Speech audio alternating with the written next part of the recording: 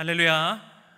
오늘도 주님의 은혜와 평강이 오늘 이 예배 자리에 함께 하시는 우리 모든 성도님들 위해 함께 하시기를 주님의 이름으로 간절히 축복합니다. 오늘 이 시간에도 우리가 이 예배를 사모하고 주님의 말씀을 사모함으로 나온 이 자리에 주님께서 크게 역사하시고 변화의 영으로 우리 가운데 임하여 주실 줄로 믿습니다. 오늘 우리가 본문으로 나눌 이 마태복음 9장의 마지막 말씀은 좀 특수한, 좀 분명한 어떤 목적과 기능이 있는 말씀이다라고 볼 수 있습니다. 제가 마태복음 강해를 시작하면서 마태복음이 오경의 구조를 가지고 있다라는 점을 말씀드린 바가 있는데요. 예수님의 5편의 설교를 기준해서 5개의 단락으로 나뉘어져 있는 구조이기 때문에 이것이 오경의 구조이다라는 점을 말씀드렸습니다. 그래서 말씀의 시작부터 산상수훈 설교를 시작하기 전까지인 그 4장까지의 말씀이 첫 번째 단락이 되는 것이고요, 5장 산상수훈의 설교부터 오늘 본문의 말씀까지가 두 번째 단락이 됩니다. 그렇다면은 이제 10장에 되면은 뭘로 시작을 할까요? 예수님의 또 설교로 시작을 하는 것이겠죠. 우리가 그런 기준을 볼 수 있게 되는데, 이러한 점을 우리가 알 수 있는 것이 오늘 본문인 9장 35절 말씀, 그리고 4장 마지막 부분에 나오는 23절 말씀이 비슷한 형식으로 이루어졌다는 점에서 우리가 그거를 더 분명히 알 수 있습니다. 먼저 오늘 35절 말씀 같이 읽도록 하겠습니다. 예수께서 모든 도시와 마을에 두루 다니사 그들의 회상에서 가르치시며 병과 모든 약한 것을 고치시니라. 아멘. 그리고 4장 23절은 제가 읽어드리겠습니다. 예수께서 온 갈릴리에 두루 다니사 그들의 회당에서 가르치시며 천국 복음을 전파하시며 백성 중에 모든 병과 모든 약한 것을 고치시니. 아멘. 보시면 이 두 내용이 거의 비슷하다라는 것을 알 수 있죠. 특별히 이 회당에서 가르치시고 천국 복음을 전하시고 모든 약한 것, 모든 질병을 고치셨다라고 하는 그 예수님의 3대 사역이 아주 동일하게 기록되어 있다는 점을 우리가 알 수 있습니다. 그렇기 때문에 4장 23절의 말씀은 마태복음의 첫 번째 단락을 마무리하는 구절이 되는 것이고, 오늘 말씀은 마태복음의 두 번째 단락을 마무리하는 부분이다라는 점을 알 수 있게 되는 겁니다. 그리고 또 오늘 말씀은 이제 세 번째 단락으로 이어지는 구절이다라고도 볼 수 있겠죠. 때문에 우리가 이 시간에 이제까지 나누었던 그 두 번째 단락의 주제, 그 이야기들이 무엇이었는지를 우리가 다시금 돌아보면서 정리해보면서 오늘 본문 말씀을 보고자 합니다. 이 두 번째 단락의 시작은 무엇이라고 말씀드렸죠? 산상수훈의 설교로 시작된다고 말씀드렸습니다. 그래서 5장부터 7장까지에 이르러서 산상수훈의 설교가 그곳에 담겨 있죠. 산상수훈 설교를 통하여서 우리에게 주시는 말씀은 무엇이었습니까? 천국 복음의 삶, 빛과 소금으로 살아가는 삶, 주 안에서 새롭게 된 새 사람으로서의 삶을 살아가는 그 사람이 바로 천국을 이 땅에서 살아가는 자들이다라고 하는 것이었습니다. 그렇게 하나님과 함께하는 그 죽음 이후의 천국 삶을 우리가 소망하면서도 이 땅에서 살아갈 때 그 주님의 천국을 누리는 자가 되어야 된다. 그렇게 주님이 그 천국 복음을 전하여 주시고 그렇게 가르쳐 주셨죠. 그리고 8장에서는 주님께서 우리를 치유하시고 그렇게 도우시는 분이라는 것을 보았고, 또 지난주에 나오는 9장에 이르러서 죄인을 사랑하시고 용서하신다는 것, 우리가 그리고 뛰어넘었지만 그 다음에 이어서도 예수님이 치유하시는 것을 우리가 계속 볼 수 있게 됩니다. 이 점에서도 우리가 알 수 있듯이 예수님의 사역이 정말 이 본문에 나온 그 3대 사역과 같이 천국 복음을 전해 주셨고, 그렇게 말씀을 가르쳐 주셨고, 그러면서도 그곳에 모인 우리들의 삶의 문제를 회복시켜 주시는 데 있었다라는 그 3대 사역이 그 안에 잘 담겨 있다는 것을 우리가 다시금 알 수 있습니다. 특히나 삶의 문제를 도우시는 그 부분에서는 예수님이 놀라운 기적을 통하여서 일하시는 것을 우리가 볼 수 있었는데요. 마태는 예수님의 기적을 8장과 9장에 걸쳐서 총 9가지의 기적으로 기록하고 있습니다. 그것이 참 다양한 형태로 그 주님의 기적이 나타나고 있음을 마태는 기록하고 있었는데요. 기적을 행하실 때 그 대상만 보더라도 물론 주 대상은 유대인들이었지만 때로는 제자들만을 향하여서 그들에게 놀라운 일을 행하시기도 하셨고요. 또 이방인인 백부장을 향하여서도 주님의 그 기적을 이루시기도 하셨습니다. 또 그 사역에 있어서도 다양한 것이 있었습니다. 때로는 풍랑을 잠잠케 하시는, 그 자연을 초월하시는 기적을 하시기도 하셨지만, 주로 귀신을 쫓아내시고 또 질병을 회복하시고 때로는 죽은 자까지도 살리시는 그 기적을 보여주시게 됩니다. 이처럼 예수님의 그 기적이 어느 특정한 사건 혹은 어떤 질병을 치유하기만 한다던가 아니면 뭐 귀신을 축출한다던가 하는 그러한 특정한 사역에만 머물러 있는 것이 아니라 다양한 형태로 다양한 사람들을 향해 그 기적을 나타내셨다라는 점을 우리가 또한 알 수 있게 됩니다. 그리고 오늘 본문은 예수님이 어떠한 마음으로 그러한 기적들을 행하셨는지를 우리에게 알려주게 되는데요. 우리 36절 같이 읽도록 하겠습니다. 무리를 보시고 불쌍히 여기시니 이는 그들이 목자 없는 양과 같이 고생하며 기진함이라. 아멘. 무리를 보시고 어떻게 하셨다고요? 불쌍히 여기셨다라고 합니다. 예수님은 찾아온 무리들을 바라보시면서 그들을 불쌍히 여기시는 마음으로 이렇게 사역을 행하셨다라는 것을 우리에게 보여줍니다. 예수님의 그 가장 큰 사명은 하나님의 약속을 이루시기 위하여서 그 십자가로 향하는 사명이셨지만, 그 십자가의 사명의 그 근원도 우리를 불쌍히 여기시는 그 사랑의 마음으로 시작된다라는 점을 알 수 있죠. 예수님께 찾아오는 사람, 예수님을 따르고 함께하던 그 많은 사람들을 바라보면서 그들을 향해 불쌍히 여기시는 마음, 긍휼히 여기시는 마음을 주님께서 갖고 계셨다라는 점을 보여줍니다. 그리고 그 긍휼의 마음이 있었기에 주님의 그 기적과 같은 큰 일들을 행하셨음을 우리가 알 수 있죠. 본문에서 이 불쌍히 여긴다라고 하는 단어가 스플랑크조마이라고 하게 되는데요. 이 앞부분인 스플랑크라고 하는 것은 스플랑크논이라고 하는 단어에서 나오는데, 이것은 인간의 내부, 그래서 인간의 내장을 의미하기도 합니다.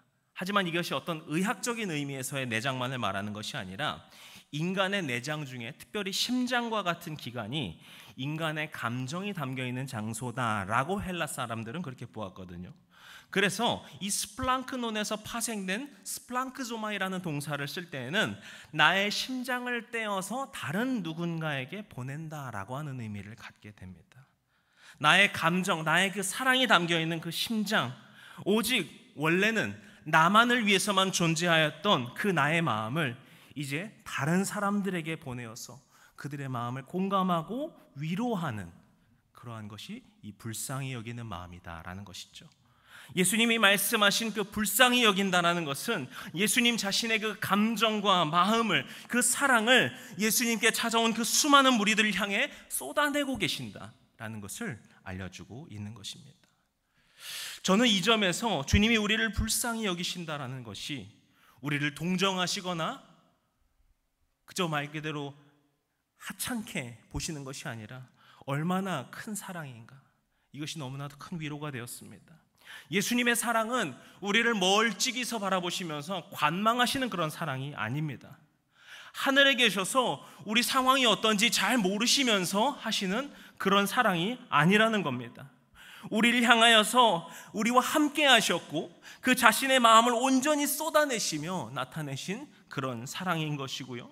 우리의 삶의 문제와 어려움, 그 고난과 같은 상황이 찾아왔을 때 그런 우리와 함께 하시고 그 심장을 떼어내어 드릴 만큼 주님께서는 그런 사랑으로 우리를 베푸셨다라는 점을 우리가 알 수 있습니다. 그리고 36절을 다시 우리가 보게 되면은 뒷부분에 예수님이 어떻게 말씀하시죠? 그들이 목자 없는 양과 같이 고생하며 기진하였다라고 말씀하고 있습니다. 성경에는 이스라엘 백성을 목자 없는 양과 같이라는 표현으로 종종 설명합니다.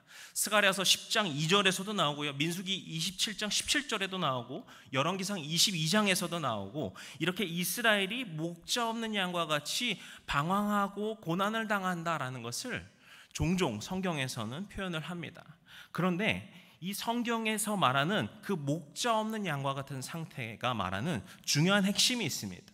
이것은 단순히 이스라엘이 실존적으로, 그러니까 어떤 육체적으로 고난을 당하거나 육체적으로 방황하고 있는 그런 상태를 말하는 것이 아니라 영적으로 혼란에 빠지고 영적으로 방황하고 있는 상태를 의미한다라는 거예요. 앞서 말씀드린 스가랴서 10장 2절의 말씀도 마찬가지입니다. 스가랴 선지자는 이스라엘 백성들이 목자 없는 양과 같이 유리하고 곤고를 당하고 있다라고 말하고 있는데요, 그렇게 방황하는 원인에 대해서 스가랴는 이렇게 말합니다. 10장 2절 제가 읽어드리겠습니다. 드라빔들은 허탄한 것을 말하며 복술자는 진실하지 않은 것을 보고 거짓 꿈을 말한즉 그 위로가 헛되므로 백성들이 양같이 유리하며 목자가 없으므로 곤고를 당하나니. 아멘. 이때 나오는 드라빔은 아주 이 메소포타미아 지역에 그 유래가 깊은 물건입니다. 아주 오래된 우상신이죠.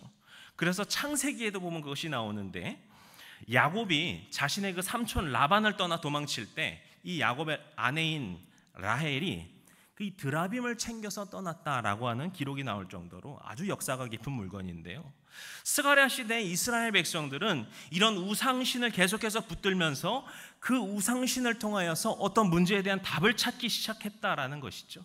또 복술자도 마찬가지입니다. 이들은 돈을 받고 점을 치는 사람들을 말하는 것인데, 이들이 막 꿈을 해석해주고 어떤 미래를 점지해주는 것 같은 그것을 돈을 주면서 그들의 말에 의지했었다라는 것을 말해주고 있어요.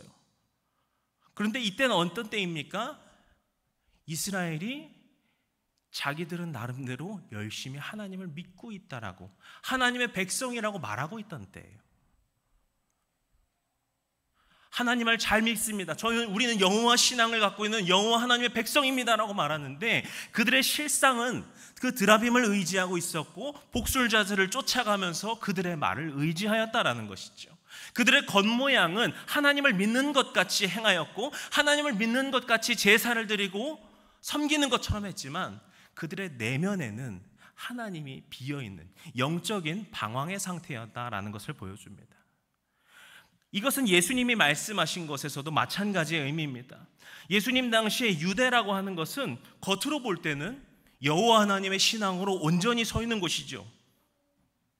하나님의 성전이 있었고 그곳에 사두개인이라고 하는 사람들이 예배를 했었고 그곳에 많은 바리새인들이라고 하는 사람들이 율법을 통하여서 가르쳤습니다.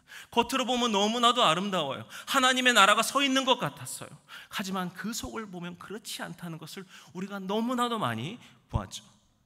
바리새인들은 자신들이 율법을 잘 알고 있다라고 하는 그 아집에 빠져서 그 율법을 가지고 사람들을 정죄하기에만 급급했습니다. 사두개인들, 서기관들은 그저 하나의 정치 세력으로 변질되어서 제사장으로서의 권력을 남용하고 그것만을 지키고자 했습니다. 이처럼 예수님 시대의 이스라엘 백성들도 영적으로 빈곤한 상태, 영적으로 방황하는 상태에 있었다는 것이죠. 율법이라고 하는 그 껍데기로 자신을 뒤덮으면서 예수님이 회칠한 무덤이라고 말씀하신 것과 같이 겉으로만 보기에만 괜찮아 보이고 그 내면은, 그 영적으로는 방황하고 있던 상태였다는 것이죠. 우리 삶에도 경계해야 할 것이 바로 이 영적인 방황의 때입니다. 영적으로 방황하는 상태, 율법이라는 껍데기로 자신을 뒤덮으며 경건의 모양만을 따지고 자신의 내면이 주님의 것으로 전혀 변화되지 않는 그런 상태에 있다면 우리는 하나님 앞에 온전히 서 있는 것이 아니라 우리는 영적으로 방황하고 있음을 인정해야 합니다.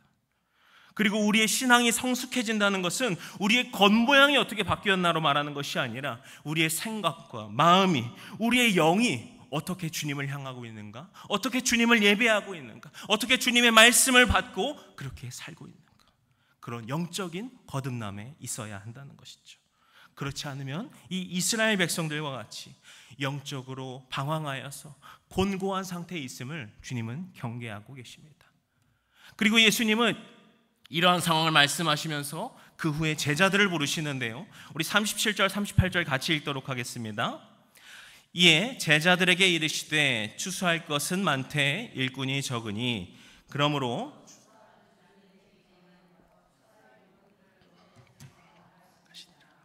아멘. 이렇게 제자들에 대한 이야기로 바뀌게 되는데, 이것은 이어지는 10장으로 이어진다라고 하는 어떤 우리 요즘 미디어로 볼 때는 복선과도 같은 것입니다. 왜냐하면 우리가 앞으로 나눌 10장의 말씀에서 예수님은 이제 제자들을 향한 설교를 하시게 되는데요, 그렇게 해서 12제자를 세우시고 그들에게 어떻게 주님의 복음을 전해야 할지, 어떻게 주님의 사명을 감당해야 할지 그것을 말씀하시는 내용으로 이어지게 됩니다. 그래서 여기서 이 제자에 대한 이야기를 하시는 겁니다. 그래서 우리가 이 제자의 사명에 대한 자세한 이야기를 아마 다음번 예수님 설교를 통하여서 나누겠지만, 이 시간에는 이 사명이란 무엇인가, 그 제자도란 무엇인가라는 그 자체에 우리가 묵상하고자 합니다. 앞서 예수님께서는 이스라엘 백성들이 영적으로 방황한다라는 그 상태를 진단하셨고 그것을 불쌍히 여기셨습니다. 그리고서 그 사명의 동역자로 바로 우리 주님의 제자된 우리 주의 백성들을, 주의 성도들을 부르시는 것이죠.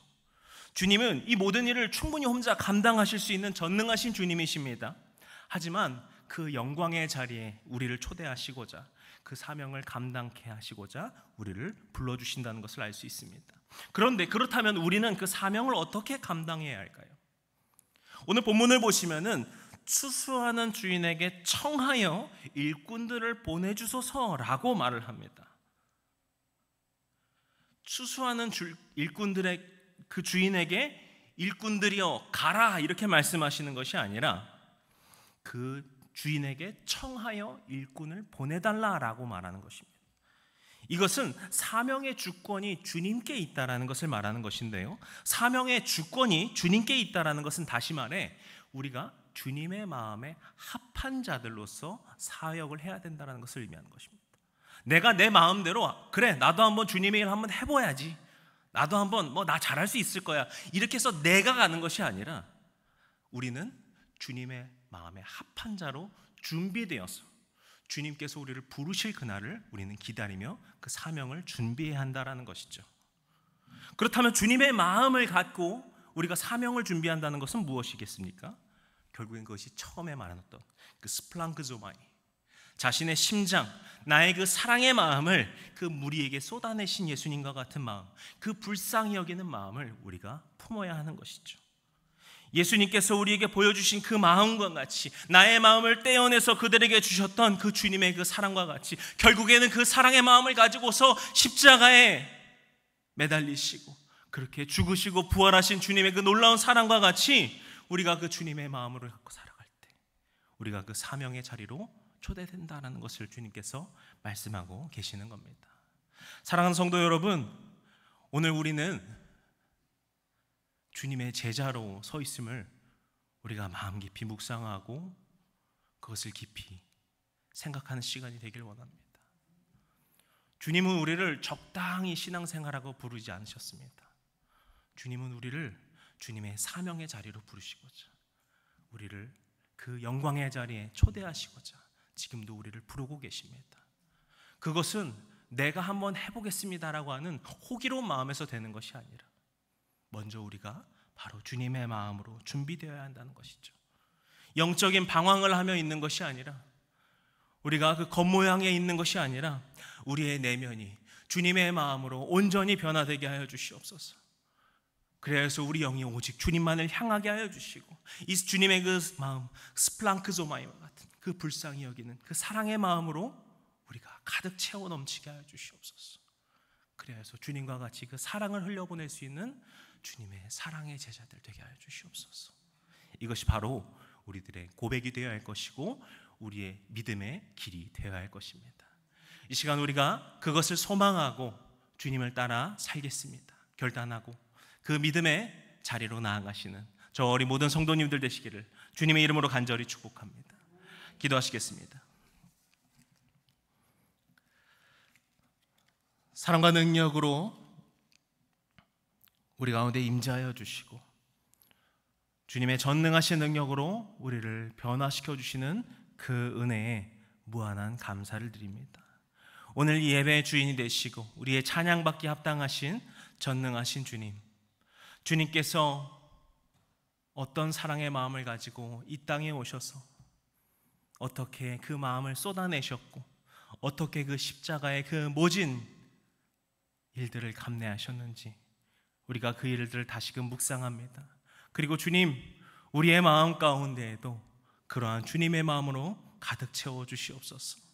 바리새인들이 율법을 붙들면서 그것으로 사람을 정죄하였던 강팍한 마음이 아니라 사두개인과 서기관들처럼 자신들의 권력을 좇기 위해 하나님의 이름을 팔아버렸던 그러한 악한 행태가 아니라 오직 우리의 마음이 그러한 영적인 방황을 떠나서 이제 오직 주님만을 향하는 그 거룩한 마음으로 우리를 세워주시옵소서. 그렇게 우리가 주님의 제자된 자들로서 그것을 무겁게 감당하는 것이 아니라 주님께서 부신 그 초대의 기쁨으로 감당하는 제자된 사명을 감당할 수 있는 우리가 될 수 있도록 주님께서 우리를 준비시켜 주시고 세워주시고 주님의 제자로 우리를 불러주시옵소서. 그렇게 우리와 함께 하시는, 우리 가운데 역사하시는 우리 주님을 믿사오며 모든 말씀 예수님의 이름으로 기도드렸습니다. 아멘.